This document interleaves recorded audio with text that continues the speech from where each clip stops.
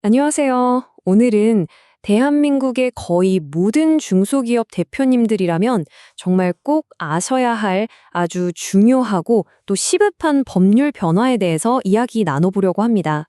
바로 자기 주식에 관한 내용입니다. 혹시 평생 일군 회사를 자녀에게 물려줄 때 내야 할 그 어마어마한 세금 때문에 아니면 회사에 쌓여있는 이익잉여금을 어떻게 하면 좀 현명하게 쓸 수 있을까? 이런 고민 한 번이라도 해보셨나요? 아마 많은 대표님들이 이 문제로 밤잠 설치고 계실 겁니다. 그래서 오늘 우리는요, 이 어려운 문제를 해결해주던 강력한 방법이 과연 무엇이었는지, 그리고 그 방법이 왜 이제 곧 사라질 위기에 처했는지, 또 이 거대한 변화의 물결이 우리에게 어떤 의미를 갖는지 하나하나 차근차근 파헤쳐보겠습니다. 정말 평생을 바쳐서 키운 내 회사잖아요. 근데 이걸 자녀에게 물려주려고 해도 또 회사에 쌓인 이익을 내가 정당하게 가져오려고 해도 상속세, 증여세, 소득세라는 이 거대한 벽에 딱 부딪히게 되죠. 사실 중소기업 대표님들에게 세금은 정말 가장 큰 숙제 중 하나일 겁니다. 하지만 말이죠, 이 어렵고 복잡한 세금 문제를 해결하기 위해서 많은 대표님들이 아주 유용하게 사용해온 일종의 비밀병기가 있었습니다. 이게 그냥 딱딱한 법률 용어가 아니라요, 진짜 거의 마법과도 같은 절세 효과를 가져다 주던 그런 방법이었죠. 자, 그럼 이 비밀병기가 도대체 어떤 마법을 부렸는지, 법이 바뀌기 전까지는 얼마나 대단했는지 한번 자세히 들여다보겠습니다. 우리가 앞으로 무엇을 잃게 될지 정확히 알아야 이 변화의 무게를 제대로 실감할 수 있을 게니까요. 자기 주식, 보통 줄여서 자사주라고 많이 하죠. 말 그대로 회사가 자기 회사 주식을 다시 사들이는 거예요.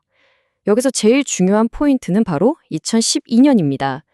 이때 상법이 개정되면서 그전까지는 주로 상장회사만 가능했던 이 자기 주식 취득을 비상장 중소기업들도 자유롭게 활용할 수 있는 길이 활짝 열렸던 거죠. 바로 이 화면이 그 마법의 핵심입니다. 대표님이 회사에 자기 주식을 파는 걸요, 배당이 아니라 주식을 그냥 사고 파는 양도로 봤기 때문에 이런 엄청난 혜택들이 따라왔던 겁니다. 다른 소득이랑 합산이 안 되니까 세금 부담이 확 줄었고요. 건강보험료도 추가로 안 내도 됐습니다. 심지어 이걸 이용해서 회사 가치를 일시적으로 낮춰서 증여세나 상속세 부담을 줄이는 데에도 아주 결정적인 역할을 했었죠. 그래서 이 모든 혜택을 종합한 결과 대표님이 내야 할 최고 세율이 약 27.5%에 불과했습니다.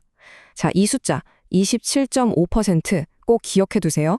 잠시 후에 보게 될 숫자랑 비교해 보면 정말 깜짝 놀라실 겁니다. 자, 이제 이야기의 흐름이 바뀝니다. 바로 이 강력했던 절세 전략을 완전히 무력화시킬 상법이랑 법인세법 개정안이 등장한 거죠. 말 그대로 자기 주식 활용의 황금기가 이제 막을 내리고 있는 겁니다. 정부가 이제는 관점을 완전히 바꾼 겁니다. 주주가 회사의 주식을 파는 건 결국 회사에 쌓인 이익을 가져가는 거 아니냐. 그럼 이건 배당으로 봐야 한다. 바로 이 생각의 전환이 모든 걸 바꿔놓는 첫 번째 도미노가 된 거죠. 이 관점 변화에 따라서 나온 첫 번째 조치가 바로 이겁니다. 예전처럼 전력적으로 쓰려고 자기 주식을 계속 가지고 있는 게 이제 불가능해지는 거예요.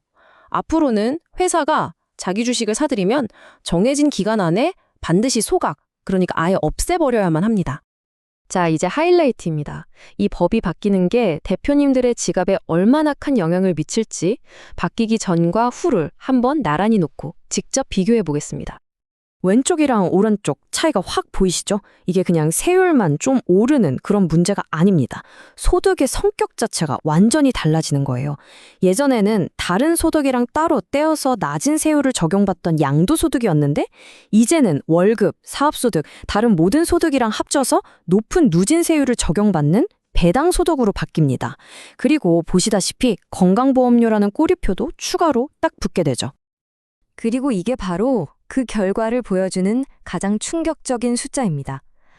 아까 제가 꼭 기억해달라고 했던 27.5%라는 세율 기억나시죠? 이제 그 숫자는 지방세를 포함해서 최대 49.5%까지 치솟습니다.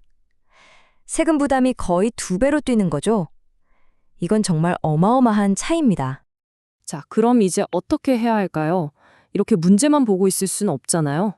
이제부터는 이 분석 자료가 제시하는 정말 시급하지만 아직은 남아있는 그 방법에 대해서 이야기해 보겠습니다. 이 타임라인을 보시면 지금 우리가 어디에 서 있는지 명확하게 보입니다. 2012년에 시작된 이 황금기가 이제 정말 끝을 향해 달려가고 있는 거죠. 여기서 핵심이 되는 시점은 바로 법률 공포 시점과 2026년 1월 1일입니다. 바로 이겁니다. 지금 당장 움직여야 하는 이유가 여기에 있습니다. 법이 바뀌더라도 그 법이 통과되기 전에 회사가 미리 취득해서 가지고 있던 자기 주식에 대해서는 새로운 소각 의무가 적용되지 않는다는 겁니다. 바로 이 점이 우리에게 얼마 남지 않은 마지막 기회의 창을 열어주고 있는 거죠. 하지만 자기 주식 규제가 강화되는 게 그냥 갑자기 툭 튀어나온 일은 아닙니다. 이건 사실 지난 몇 년간 꾸준하게 이어져 온 어떤 거대한 흐름의 일부라고 보셔야 해요. 보시면 이게 다 그 증거입니다. 기업 가치를 평가하는 방식은 더 까다로워졌고요. 임원 퇴직금으로 절세할 수 있는 한도도 크게 줄었습니다. 특허를 활용한 절세 방법도 축소됐죠. 이 모든 게 한 방향을 가리키고 있습니다. 바로 사업가에게 주어지던 세금 혜택이 점점 줄어들고 있다는 거죠. 그래서 핵심은 이겁니다. 자기 주식뿐만이 아니라는 거예요. 가업 승계를 돕던 여러 세제 혜택의 문이 전반적으로 그리고 아주 확실하게 좁아지고 있다는 사실입니다. 이제는 가만히 기다리는 게 아니라 먼저 움직이는 사람이 유리한 고지를 점할 수밖에 없는 시대가 된 겁니다. 마지막으로 이 유명한 법언을 꼭 기억해 주셨으면 합니다. 권리 위에 잠자는 자는 보호받지 못한다. 아직은 대표님의 권리로서 합법적인 절세가 가능합니다. 그런데 이 기회를 몰라서 혹은 알면서도 나중에 하지 뭐 하고 미루다가 놓쳐버리는 그런 안타까운 일은 없어야 하지 않을까요? 이 거대한 변화의 파도 앞에서 우리는 무엇을 해야 할지 지금이 바로 진지하게 고민해 볼 시간입니다. 오늘 이야기는 여기까지입니다.